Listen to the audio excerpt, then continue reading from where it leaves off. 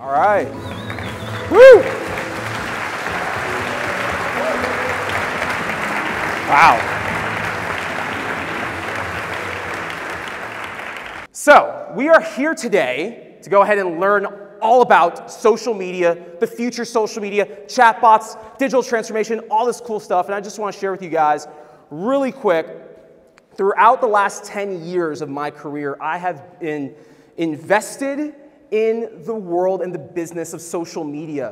A little bit about me that a lot of folks don't know is I actually started my career as a banker back in the early 2000s. And in the United States, when the recession hit right around 2008, I was laid off. I was out of a job.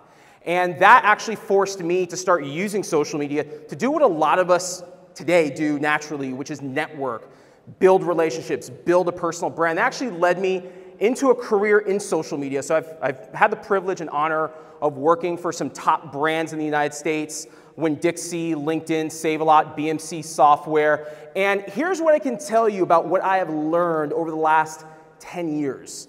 Social media evolution is inevitable. And let me tell you what I mean by this.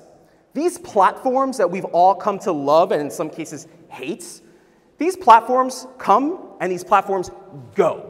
The people that use these platforms, guess what happens to them? They come and they go. They grow up. And I'm going to share some inspiration as well as what I like to refer to as real talk with you guys. Who here in this room remembers AOL? In the States, it was called America Online. Okay, a lot of you guys. I grew up in the 90s. I am an older millennial, and I grew up using AOL. And guess what happened when my generation of millennial started to grow up? We made this shift from AOL over to MySpace. You guys remember MySpace? A lot of heads nodding. And then guess what happened from there? MySpace changed, the people on MySpace changed, and then we jumped over to Facebook and Twitter. Today, we're right here. It's Snapchat and it's Instagram. And I'd like to use this image because, once again, while these social networks are very similar to one another, and I'm going to show you today how to create content and how to really dominate these platforms, there's a lot of similarities in them, but the way that people use them is different. So I really want to spotlight this for a moment because I often hear that Snapchat and Instagram, they're one and the same. Instagram has copycatted Snapchat's features. But let's face it, how you see a millennial today using Snapchat is very much from a messaging standpoint. It's very raw, it's very organic. And then how you see them using Instagram is the life that they want you to see. It's very polished, it's very refined. So social media audiences are fragmented. And what I mean by this is we know as marketers, as business operators in this room, there's not one predominantly used social network. And here's where I'm going with this.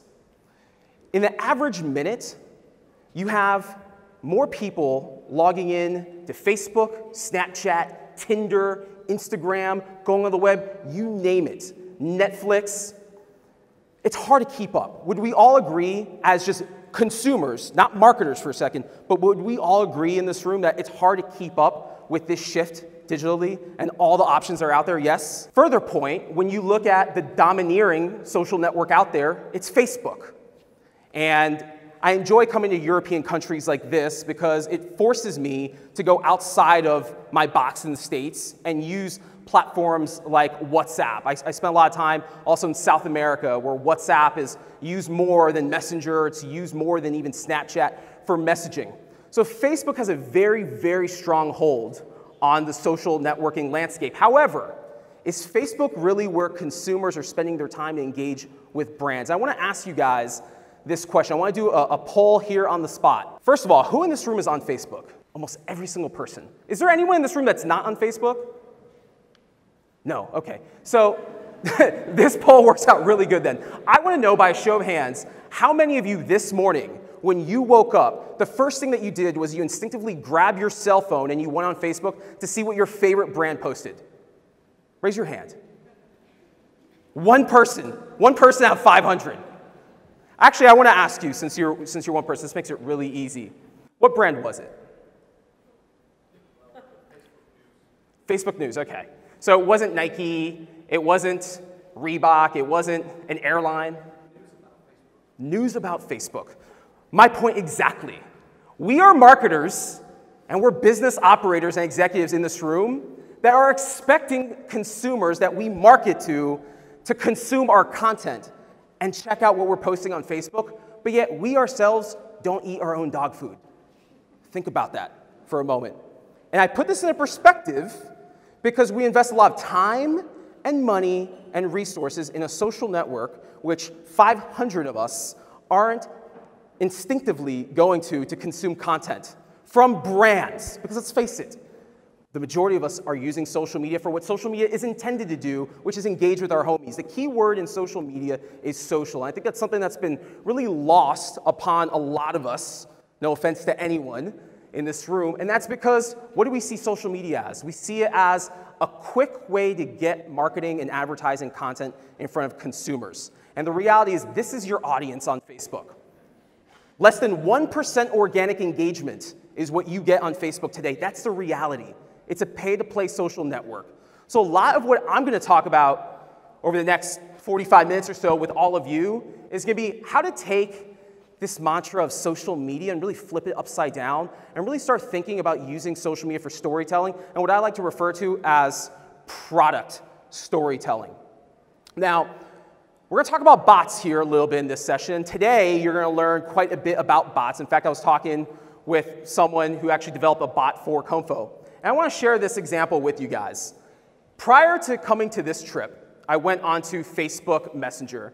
And on Facebook Messenger, I had an option of engaging with several different companies, big name brands, American Airlines, Delta, you name it. And one of the brands I came across was Marriott. And the example that you see here behind me is me actually in real life trying to reserve a room here in Copenhagen with Marriott. And you see this experience here. Immediately, I'm prompted to go ahead and engage with this bot. I'm saying to Marriott, supposedly, that I want to go ahead and reserve a hotel room. They don't know where I'm at. I'm getting a little frustrated here because I'm saying I want to find a hotel. It's asking me what city, which is great. You see here I put Copenhagen. Immediately I'm prompted, got it. What are you going for? I go ahead and put business. Once again, bots are supposedly trying to replace people. So I really want to share with you guys this example here because as a regular consumer, I'm going through this conversation. So I say Copenhagen again. Great. And now get it. Guess what? The bot says that they got it. So I put Denmark. Now I'm really upset. Okay? And guess what? Sorry, there's no hotels available. Guess what, guys? I could have easily gone onto Marriott.com, booked my hotel room, been in and out. I could have called someone. I could have probably gone on Twitter DM, hopefully if they didn't have bots on there. So can anyone guess what happened after this happened? Now 3 days ago? No one? Well, I get this message actually yesterday.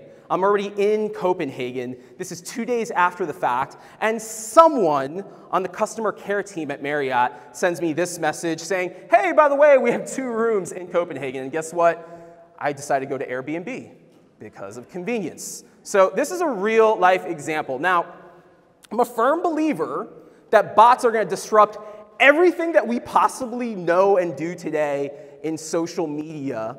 And unfortunately, we as marketers and business leaders are going to be used by our companies to program these bots, which eventually are going to put a lot of us out of work. But more to come on that. Social media, my friends, is about community at the end of the day. It's not about selling things. It's not about product pitches. It's about community. This is one thing that a bot cannot do. You cannot automate a community, okay? Since the beginning of time, the way business has been done is based on relationship building. And how do you build relationships with people? One by one by one. You can't automate that. But I'm going to tell you something that's new. Because once again, building community and relationship building is not new. But what is new is storytelling, being the new form of content marketing. Think about yourselves, all of you as consumers in this room. I guarantee you, I would be willing to bet my career on it, that almost all of you consume content from an individual more so than you do a brand. However, you don't realize that subconsciously these individuals are putting products in front of you or services. I'll just share an example with you. Cubby and I went yesterday to get a haircut at a local barber shop. I had like 3 people on Instagram stories that reached out to me and said, hey, I'm at the barber shop right now because you motivated me to get a cut. Now, guys, I don't want to be known as a barbershop influencer by any means.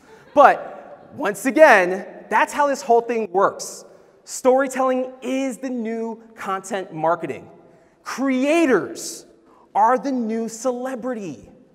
I look at my own kids for inspiration. I've got 2 kids that are the ages of 12 and 9 years old. My kids will not turn on a TV. Instead, they watch YouTube. They watch people like Casey Neistat. Okay, Casey Neistat, for those of you that aren't familiar, is a filmmaker. He's also one of the most watched people on YouTube. He puts a video today, and by the end of today, within a 24-hour period, he gets over 1 million views, minimum, per video. More views than what a Nike or an American Airlines or any top Fortune 100 brand in the world gets. A person gets it. Gary Vee, who knows who this is? A lot of you, right? More people out there rather ask Gary Vee a question over Twitter than go to Wikipedia or read a book. Why is that? Because Gary is a real person. He's an individual that you can interact with, you can have a conversation with. It's not just a bot. You're not gonna hit hashtag AskGaryVee and all of a sudden have a Gary Vee bot tweet you back, at least I hope not. So, real person. Again, relationship building is the name of the game here. Now, as we move on, I'm gonna address these 3 challenges that brands have. And there's gonna be, take notes guys, because there's gonna be a lot of good insights here for you guys. The first challenge that brands in the year 2017, almost 2018 are facing is this. The question that I get asked almost every single day, multiple times throughout the day from fellow marketers is, Carlos, should I be on Snapchat or should we be over here on Instagram? And my answer is be on both. Your objective is not to now pit one versus the other. Your objective is to reach customers. Your objective is to build relationships. Your objective is to build community, and then that community drives business back to your brand. So if you have reach on these social networks, you should be on both. Don't dispute. Don't listen to some thought leader say, hey, Snapchat's crap, because they don't get Snapchat, and they don't have a presence on Snapchat, saying you're not on Snapchat. I hear this all the time from marketers. They say, oh, well, I'm not on Snapchat, so no one's on Snapchat. No, you're wrong. There's a lot of millennials and Generation Z there on Snapchat. This is an audience that you're trying to reach, and you should absolutely be there. And then I hear this other argument, well, we're already on Instagram, so we're going to just continue to have a presence and build on Instagram. Well, great. Good job. Have a presence on Instagram, but guess what you're doing? You're also alienating and ignoring a big, big population that's over here that's probably not consuming your content on Instagram. You guys see how it works? So once again, my recommendation is make your social media strategy centered about community and the people that you're trying to reach, not about these platforms. At the end of the day, these platforms will come and they will go. I guarantee you that. You've seen AOL, you've seen MySpace, you've seen Vine. I can go on and on. These platforms are hot today. They will eventually be gone. In the meantime, you need to really use them as distribution mediums to go ahead and reach people that you can build relationships. Not sell things to, but build relationships, one person at a time. So let's talk about Snapchat for a moment. Because I think that as marketers, as social media professionals, a lot of us understand the value of Instagram. It's owned by Facebook. You have all these different capabilities on there, live streaming. It's easy to add followers. It's a really easy social network, quite frankly. However, Snapchat continues to be an issue for a lot of marketers because they just don't get it. So I really want to help you guys understand this social network. I've been on Snapchat now since 2013. I joined Snapchat back when I was running social media for Winn-Dixie, which is a grocery chain based out of Northeast Florida that operates in 8 states. And it was November 2000, and it was actually, November 2013. It was Thanksgiving. And I posted a photo on Facebook at the time, and my then 13 or 14-year-old sister-in-law looks at me and says, Carlos, why are you posting a photo on Facebook? And I looked at her and said, well, where do you, 13-year-old you, post content? She said on Snapchat. I said, well, why don't you post content on Facebook? Are kids not on Facebook anymore? She said, Facebook is for old people. That was the moment in time that probably changed my entire career. Besides getting laid off in 2008 from AIG, that moment in time changed my entire career. Because at that moment, I became invested in learning this social network. Because I said to myself, 5 years from now, this 13-year-old is going to be 18. And if I'm investing so much time, money, and resources and effort on marketing on Facebook, This person's never going to consume my content on Facebook once they grow up and they're an adult. My own kids, once they grow up and they're adults, are never going to consume content on Facebook or on Twitter because, let's face it, like I said before, social media evolution is inevitable, and people continue to grow up, and as people grow up, the platforms change along with them. So Snapchat, I've invested now several years in this platform as a content creator, as a consumer, as a marketer. I'm going to just jump right into why this is a platform that you should be investing in. First of all, Snapchat offers functionality that I've yet seen on any other social networks, with maybe the exception of Instagram stories, and that's the fact that your content disappears. There is actually a timestamp on content that forces you to go see what your friends or the brands that you follow are posting. And I often hear this objection from fellow marketers. They say to me, well, Carlos, why do I want to post content on a social network if it's going to disappear? We want our content to live on forever. And I will then throw it back and say, can you really tell me when was the last time that you went to a Facebook page or a Twitter account for a brand that you actually buy things from to see what they posted a week ago or a month ago or a year ago? Chances are you can't remember. Why is that? Because social media operates in real time. If you really think about it, Snapchat's very similar to YouTube meets Twitter. It's the easiest way to sell Snapchat to an executive. It's Twitter meets YouTube. Content's short. It's as short as 1 second or as long as 10. It's mainly created and consumed in the form of video, which is like your YouTube comparison, and very similar to Twitter. Besides content being short, it's real time.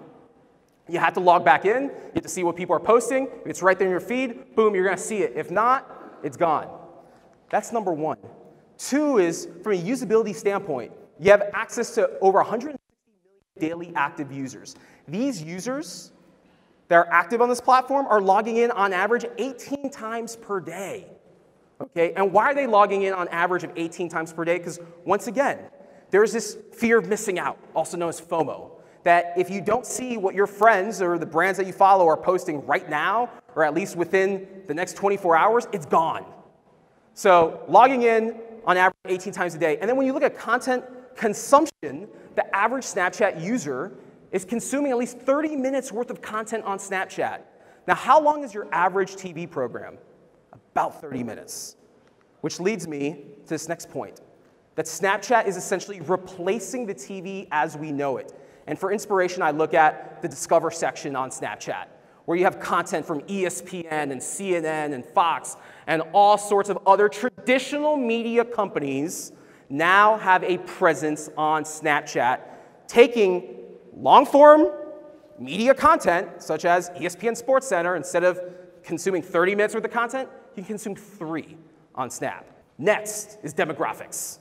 So marketers will often say, Carlos, Snapchat is just for kids. Kids that are about sexting and college students, and it feels really uneasy to be on there. Well, guess what, guys? When Facebook started about 10 or 12 years ago, you needed to have an email address from a college university in order to join Facebook. Facebook was essentially Snapchat at one point. It was a social network for kids. And then what happened? Facebook grew up. My mom and dad are on Facebook now, and Facebook has become a social network for all of us in this room. Again, almost every single person in this room raised their hand. What you guys need to know about Snapchat is that it's growing and maturing as a platform. Yes, the majority of users on the platform are millennials. So what's that say to you as a business? If you are trying to reach someone between the ages of 18 to 34 years old, you absolutely have to be on Snapchat. At the same time, when you really look at the breakdown demographics behind me, you see that over 75% of their audience is above the age of 18. Now, if you're not convinced and you still think, you know what, Snapchat is not for me, it's kind of hokey, I don't really get it, let me share with you this very brief case study here. Does everyone in the room recognize Gatorade? Yes? So Gatorade, this year for the Super Bowl, instead of running a TV commercial that would have cost them about $5 million, instead they spent about $500,000 on a sponsored lens. The way the sponsored lens works, for those of you that aren't aware, is you see some advertising from Gatorade, you can interact with it, you can raise your eyebrows, open your mouth, then what happens? This Gatorade bucket dunks over your head. You see the picture there on the screen behind me. Well, here's what happened.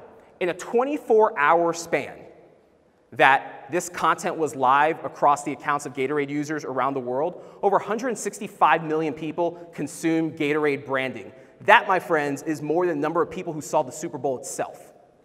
So let me break this down for you. More people consume Gatorade content on Snapchat than the number of people who saw probably the world's biggest television event every single year, which is the Super Bowl. And I'd like to use this case study to really put in perspective that Snapchat is a legit marketing channel. But here's what Snapchat is not. Snapchat is not another social network to sell. And here's the reason why. This is your audience. This is who you're speaking to. You're speaking to a much younger audience. And let me tell you something. If you're trying to sell and market to someone who's chatting with their friends with rainbow vomit coming out of their mouth, good luck. You have one chance to make a first impression, one. This is an audience that is subconsciously trained to turn the channel when commercials come on. They're clicking skip on YouTube. They don't want to see brand content. So your challenge is not how can I sell to them, but how can I be relevant? Being relevant, okay, is talking back to them in the language that they're speaking, essentially, with rainbow vomit and puppy dog filters. It's very important that you guys put in perspective. And I say this as someone who's a much older millennial. I'm 34 years old, so I'm like right there at the cutoff of millennials. But millennials don't want to be sold to at all.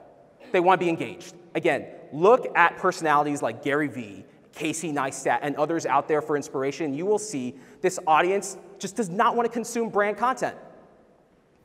Now, the keys to grow and reach this audience, or really any audience. So I'm going to break this down for you guys. What I'm going to share with you here isn't just relevant for Snapchat.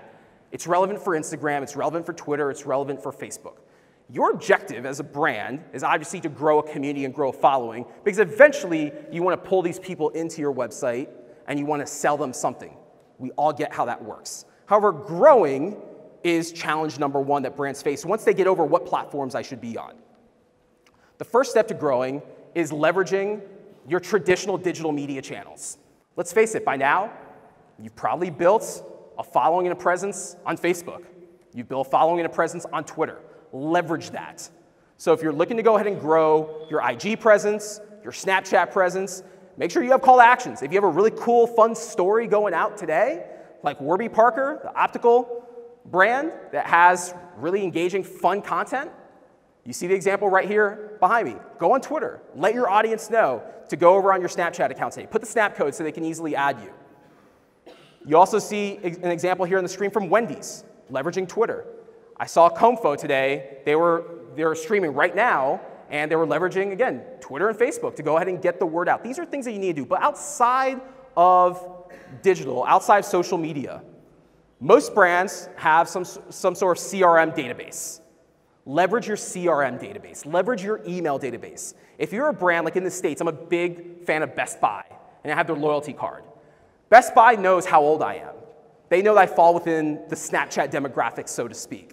So if you have a way to segment data out based on age, go ahead and send targeted emails out to that audience. Again, if you're trying to reach a younger audience, don't send an email to your entire email database, but send it to your 18 to 34-year-olds and say, hey, go check out our Snapchat account today, or go over onto our Instagram to see this story, or check out the special that we're offering.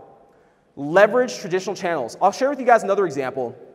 I recently wrote a paper on the top 25 brands on Snapchat.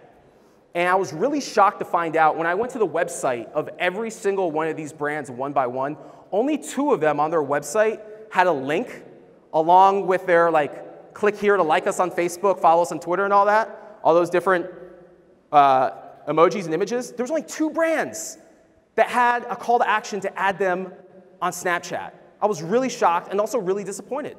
The other is working with influencers. Let's talk about influencers for a moment. How many of you in this room work with influencers or have done some sort of influencer activation before? Several of you. Influencers possess 2 things that are advantageous for brands. One, they have reach.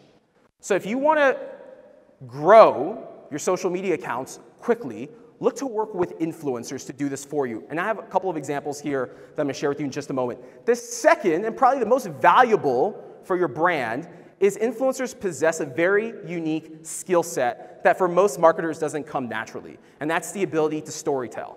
That's being able to grab a cell phone and tell a story. You see the example here behind me. Sean Duras is a very well-known influencer, not just on Snapchat, but on YouTube. He doodles, he creates these really cool, funny stories like the ones that you see here. Most marketers naturally and instinctively don't know how to do this. Now, influencers can also be very costly and very difficult to find. So I often encourage brands, if you want to find someone who is already engaged in your space, can speak to your audience, run a Google search for bloggers. Okay, back in 2012, when I started social media for Winn-Dixie, we started a blogger influencer program. And what we would do is we would essentially work with mommy bloggers who we would send gift cards to, and they'd go to our store, they'd buy some products, and then they'd go home, cook, and then write a blog about Winn-Dixie and about the different sales and so forth that we have.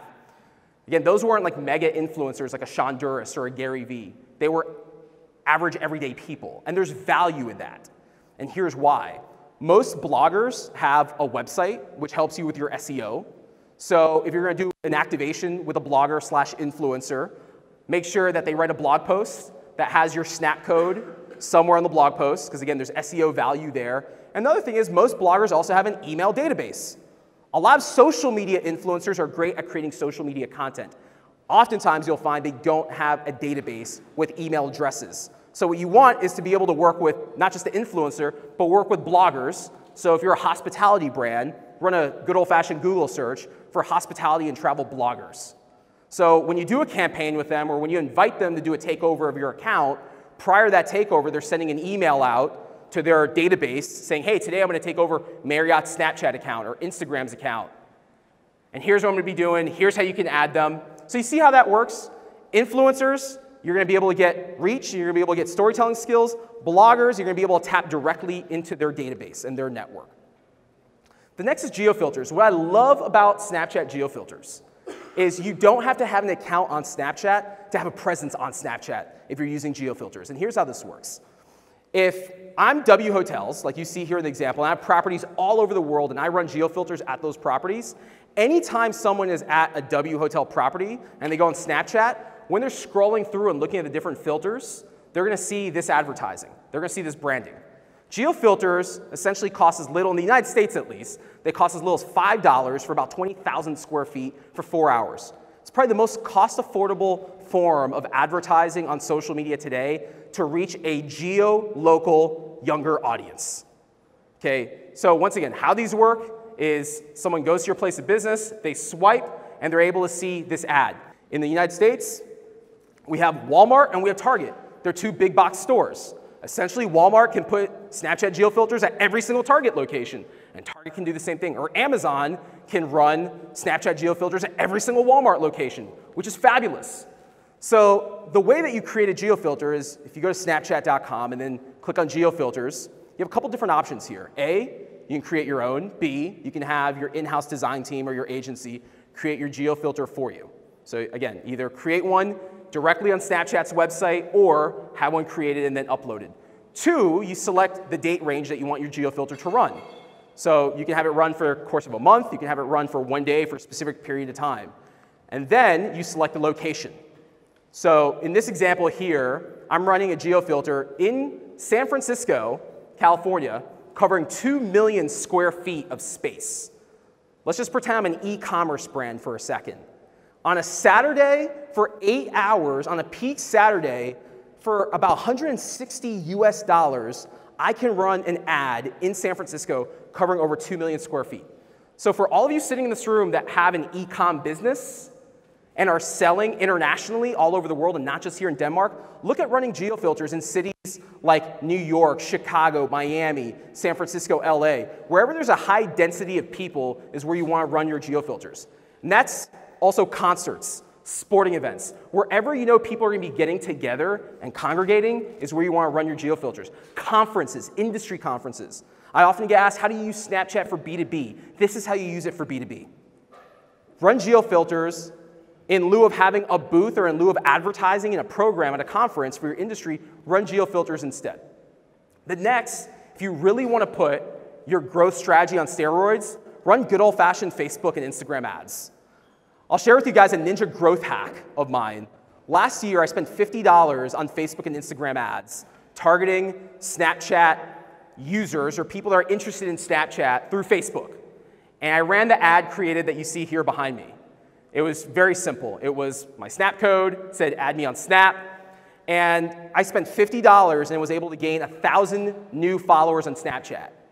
And the way I was able to growth hack and tap into Facebook ads this way is I optimized this ad for engagement.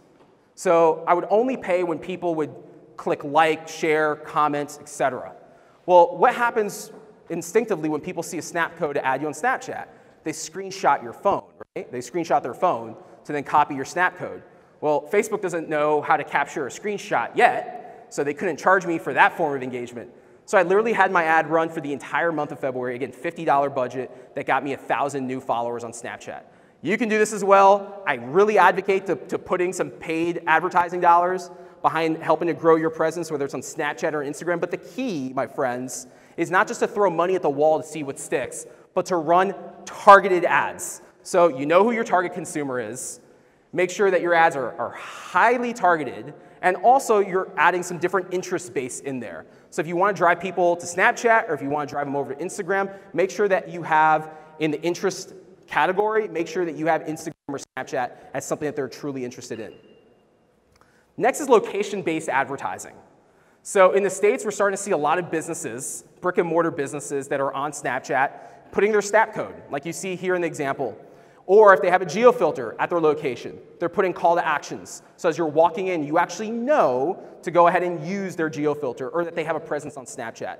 You see stores like Champs, okay, that are putting Snap codes now as decals at the front of the store, where normally you would see find us on Facebook or add us and follow us on Twitter. You're now seeing the Snap code icon. So we've talked a little bit about growth. Let's talk about content. Because growing your presence on Snapchat is a challenge, but creating content, I find, is even more difficult.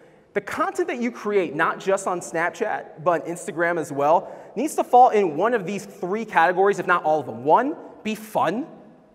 2, be creative. And 3, be educational. Most brands are not fun brands. Let's just face it. Especially if you're in B2B, oftentimes it's not fun. Educational, we can all be educational. We can all teach people how to do things. Every single person in this room sells some sort of a product, good, or service. I'm fairly confident of that.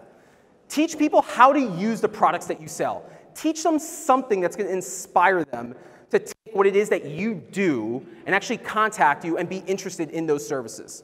Now let's talk about creativity. So Mike Platko is a very well-known Snapchat influencer. And you're going to see an example here of how Walt Disney World, highly iconic, one of the most iconic brands in the world, launched their Snapchat account. When they launched their Snapchat account, they worked with Mike, who has a lot of followers on Snapchat. And what did he do? He started this story on his account from his house, I believe in Ohio, somewhere in the US. And he started this story. He obviously incorporated his creativity and the fun elements, okay, from his account, and told his followers to go add them, or go add Walt Disney's new account. Then Walt Disney flew Mike and his family over to Orlando, to Disney World, and he did a tour of Disney, and he captured all that content on Disney's Snapchat account. So again, example of a notable brand working with an influencer and really leveraging that influencer for their creative storytelling skills and also for their following. The second thing, friends, is make sure you're creating original content. I had this discussion with a good friend of mine that's in the front row yesterday around originality. I see this sin being made every single day, and that's people creating Snapchat content, saving it, and then uploading it to Instagram. That, my friends, is the digital equivalent of going to your company potluck, bringing food, taking the leftovers, and then going to a party next door at your neighbor's house. It's called digital leftovers, and you just don't do it. Here's what you do, however. Take content, and if you want to repurpose it and format it specifically for the networks. Or once again, tell a story. So use Snapchat to take people behind the scenes of whatever it is that you're doing. Take them behind the scenes. Give them the background. Drive people over to where you want to take them next. Maybe you take them over to Instagram, because maybe on Instagram there's something cool, there's something of value. Maybe there's a post that you want them to see on Instagram. But don't make the mistake of just saving content from one platform and uploading it on the other. Because here's what happens. When you do that, first of all, you're being unoriginal. And as marketers, we're better than that. Especially for the agency folks in the room, we're better than that. What you want to do is you want to keep this conversation going multi, or what I like to refer to as omni-channel. Different content, which gives people an incentive and a reason to go follow you on these different social networks. Look at brands like Taco Bell. Taco Bell does a phenomenal job on Snapchat creating content. Why? Because they actually use the infrastructure of the platform. They draw, they doodle, they use the different features, the different tools. If Taco Bell were to take this same content and just upload it on their Instagram story, I guarantee you Taco Bell's social media manager would probably be fired and their agency would be let go. Why? Because once again, it's unoriginal. And there's an expectation from your customers and your followers, i.e. your community, there's an expectation that you're gonna give them something on that social network that they aren't getting somewhere else. Once again, you have to give people an incentive and a reason to follow you. Does that make sense? The next tip is make sure you keep your stories short. Somewhere between 2 to 3 minutes is the ideal time frame. Even that tends to get kind of long. So whether it's Instagram stories or Snapchat stories, this isn't YouTube. It's short form micro content storytelling, but the key is to make sure you have a beginning, a middle, and an end. So when you have a campaign, when you have a story that you're gonna create, actually sit down. Sit down with your marketing team, sit down with your agency team. Think about what is it that we want to accomplish through this story. I always say start with the end in mind and work backwards. And then actually storyboard out. The first snap is gonna sound like this. Have an introduction. So whoever's doing the takeover of your account, make sure as soon as you jump on, you say, hey, what's going on? I'm so-and-so. Today we're gonna be doing X. That's one snap. Then you walk people through this natural progression to keep them engaged. And then you have an end.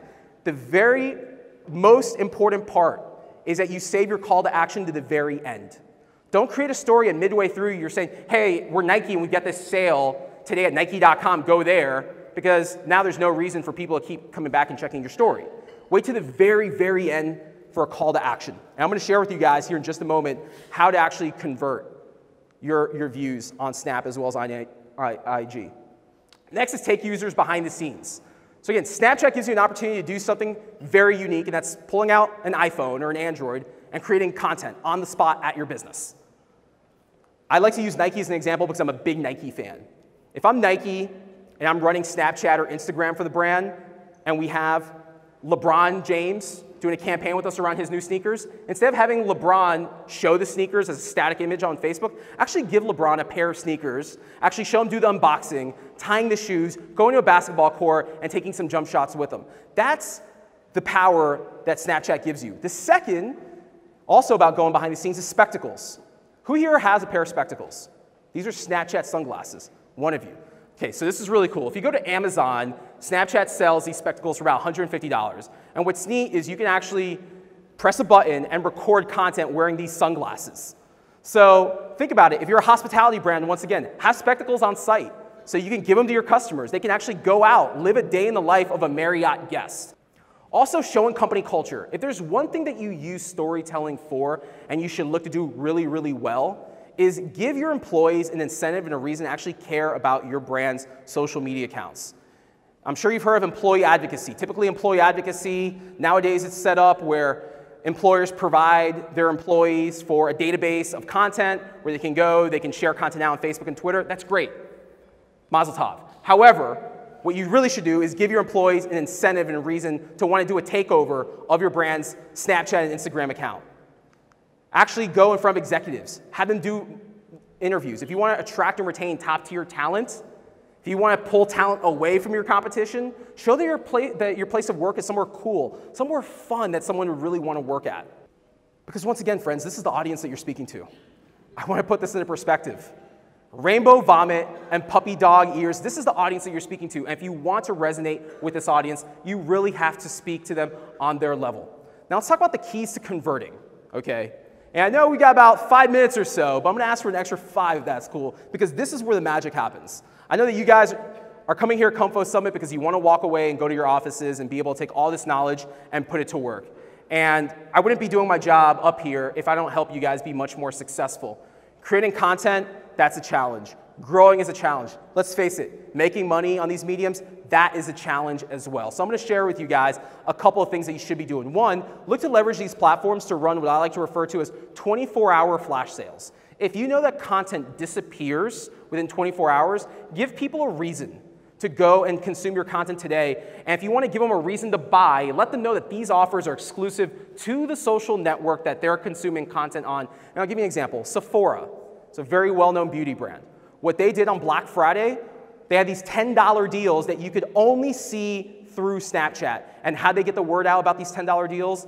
And that you had to go to Snapchat to learn about them? Through email, through more of traditional digital marketing. Also, make sure you're using specific coupon codes or tracking codes that are intended to be used only for those people that consume your content on Instagram or on Facebook or on Snapchat. Because here's what's going to happen. If you put a coupon code on every single social network, you're not going to know where these individuals came from to redeem them. So if you're running a promotion that's exclusive to Snapchat or Instagram, make sure you're using a coupon code that's exclusive and relevant only to that social network. The next is links. Snapchat recently made it possible for you to embed a URL into your snaps. Use them. However, make sure you're using tracking URLs. Make sure that I like to use Bitly, quite frankly. Use Bitly as a way to track traffic and engagement to those URLs, or you can work with your webmaster internally to create a custom URL for you. So once again, if you're Nike, have nike.com/snap or snap.nike.com. That way, anyone that visits your website came to you specifically through that medium, whether it's Snapchat or whether it's Instagram. Has anyone here used Snapchat Maps, by the way? A few of you? Snapchat Maps, I will say, is a very creepy feature. And it's creepy from the standpoint that anyone in the world that's friends with you on Snapchat can know where you're at any point in time. I don't like it. It's deactivated on my account. However, from a marketing standpoint, it's pure genius. Because let's face it, if you're a brick and mortar business here in Copenhagen and you want to drive people to your pizza shop, you can now see who's around your pizza shop and you can send them a direct message and you can give them a coupon or an offer to come in that day to come visit you. So actually tap into this. See who's nearby your place of business.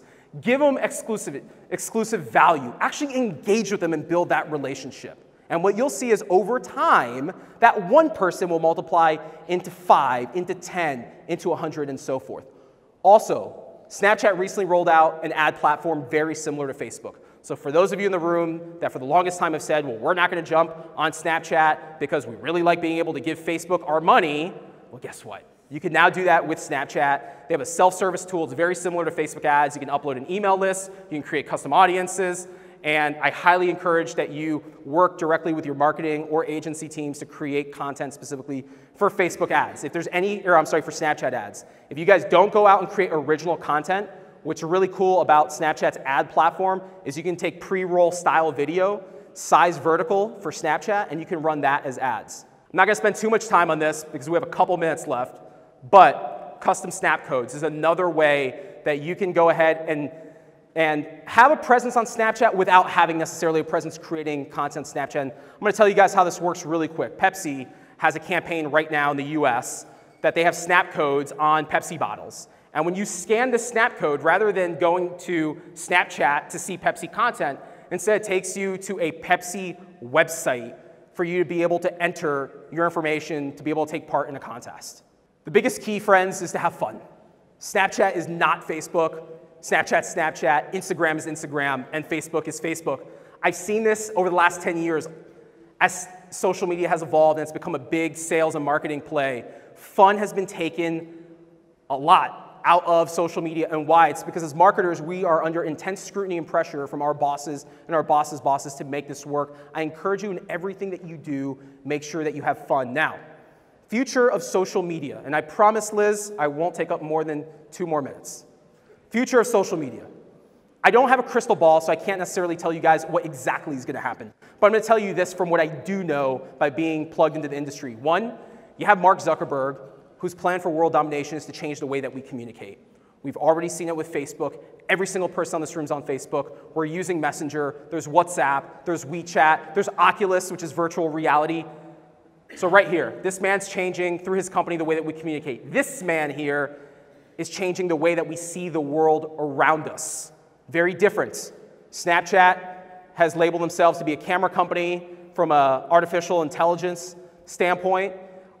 They are really making headways to being the camera company that really changes how you go ahead and see the world around you. For the sake of time, I'm not going to go ahead and spend Let me go ahead and go back. For the sake of time, I'm not going to show you guys this video here. But I firmly believe that community managers are screwed. And here's where I'm going with this. And no offense to any of my homies in here that are community managers. Once again, we are under intense scrutiny to make sure that all this ecosystem works. Once brands start to see that you can outsource jobs to bots, you don't need to have the people anymore that are sitting there typing and engaging with people. Now, you saw the example that I shared with you before of Marriott. Quite frankly, it was awful.